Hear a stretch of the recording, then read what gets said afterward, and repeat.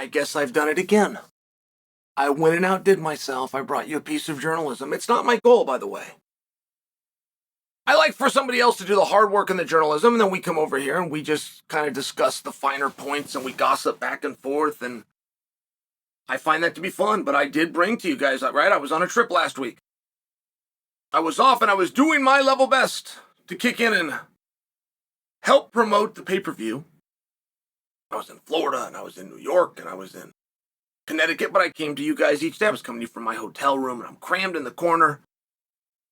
And I told you, I'm hearing that Nurmagomedov is not only not fighting Merab for the World Championship next, but that Nurmagomedov has in fact been offered a different fight completely. It's in December. There's only one pay-per-view in December. That's at T-Mobile.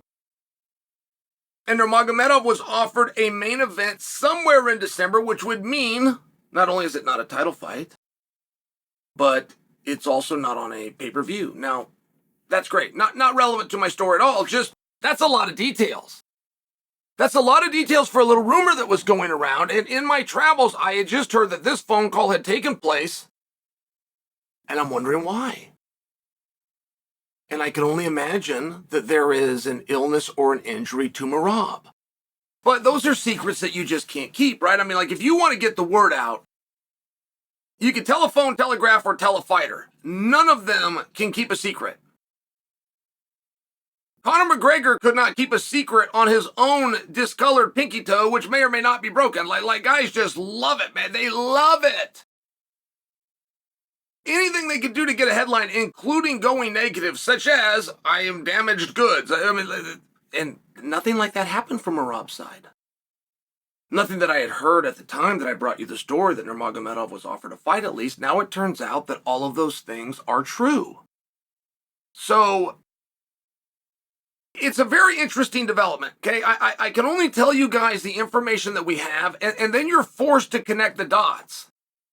By example, Merab won't be fighting Nurmagomedov. How do we know that? Because Nurmagomedov was offered a different fight in December, which I believe he accepted. Okay, great. But while you're now to believe that if Nurmagomedov is fighting, he is not hurt and or sick, and therefore it must be on Merab's side. Okay, great. But Merab did a call out of his own. He called out O'Malley.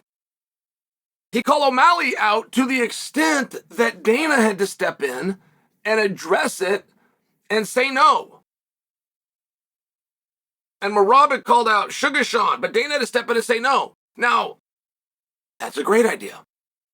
Like, Sean versus Merab is a great idea, and that fight is a hell of a lot better than it got credit for one. But there's some controversy in that fight. There are a lot of people who have gone back and rewatched that without volume that have come to the conclusion that Sean won. Now, you do what you want with that. I'm just sharing for you. A rematch was never on the table. And it generally is.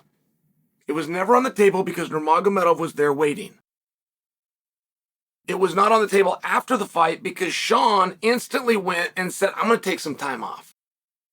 Well, Sean had something, right? Dr. Abassi even had to weigh in on it. What was it? Was Sean's elbow? Was it his shoulder? But he had something and said, yeah, I might take as much as a year. I don't need that much time, but I might take that much time. Well, okay. But now we're forced to move on, and that's where Nurmagomedov comes in until Nurmagomedov comes out. Now, Merab had a different plan from Jump Street. And that was Deiveson Figueiredo, which, by the way, is one hell of a good idea. There's not a lot of world champions floating around divisions. 135 pounds has 8, off the top of my head, 8 world champions still in it. Deiveson is made for a poster. I mean, you guys would pop. That would do great views and great clicks as soon as that poster comes up. Merab versus Figueiredo. Figueiredo, while changing weight classes and coming to 135 pounds, is coming off of wins. Oh, by the way, by way of stoppage. I can't think of very many former world champions that changed weight classes and had to do more than one great thing to get a title shot. So everything seems to be in line here. But there was no mention of that. We have Nurmagomedov come off the board to go into December, which I got to tell you, I really respect.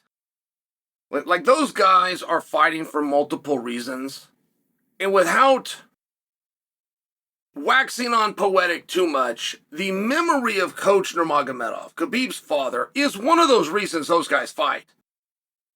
And they have stayed so incredibly consistent. I mean, one thing about that team that never gets talked about is they're purists. Like, they would never do anything to manipulate a belt or to get a belt or to preserve and hang on to a belt. They will take on the best competition anytime they can. I mean, the fact that Nurmagomedov didn't even flinch, he's coming off a pay-per-view, he's coming off of a title fight, he's still walking into 5 rounds in a very dangerous atmosphere, he doesn't even flinch. What he wanted is not available, so he takes the next best thing. I mean, I just got to say, they are paying tremendous respect to the ideals that the late great Coach Nurmagomedov put forward for them. But then you come into Merab, who must be suffering with an illness and or injury. And there was some kind of a mention that Merab could not return until the beginning of Ramadan, of which time Nurmagomedov is not available, and Merab also, while being injured, calls out O'Malley, which wasn't his first idea. His first idea was Figueiredo. But if we're being told no to Nurmagomedov, and we're being told to no O'Malley, doesn't that bring us back to Figueiredo? But there's no discussion of it. And the Figueiredo idea was not loved in the first place. I think I might have been the one that loved it the most. And I did feel like I was a little bit alone on that. And I was a little bit surprised by that. So what does happen with Merab? There's my question. Does Merab just wait? Yes, that would be my guess. Nurmagomedov is now in a number 1 contenders match. That's what I believe. Particularly if Nurmagomedov wins the number 1 contenders match, then we just wait and he and Merab settle their business down the road. But then you do run into that Ramadan problem. And I got to tell you, we have been told about the hiatus during Ramadan. I don't remember it. I got to tell you, but I don't remember it. I don't remember there being a big fight that fell during this coveted time period that was canceled and or moved. And if it has happened, feel free to tell me. I'm happy to learn something.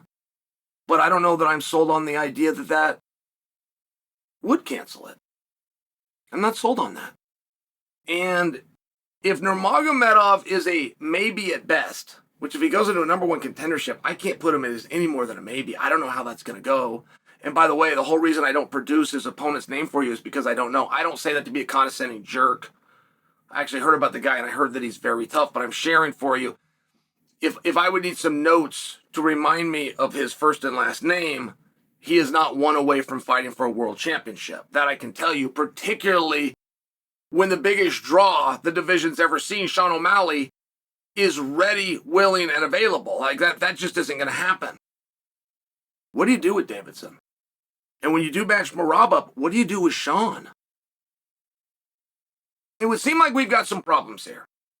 And we do have a first. I can't remember a champion having to miss a fight when it's his fault, illness or injury, and calling somebody else out in the meanwhile. I can't remember that. I kind of like it. I feel like it's a troll job. I don't know if Merab meant it as a troll job. It is. It's great, right?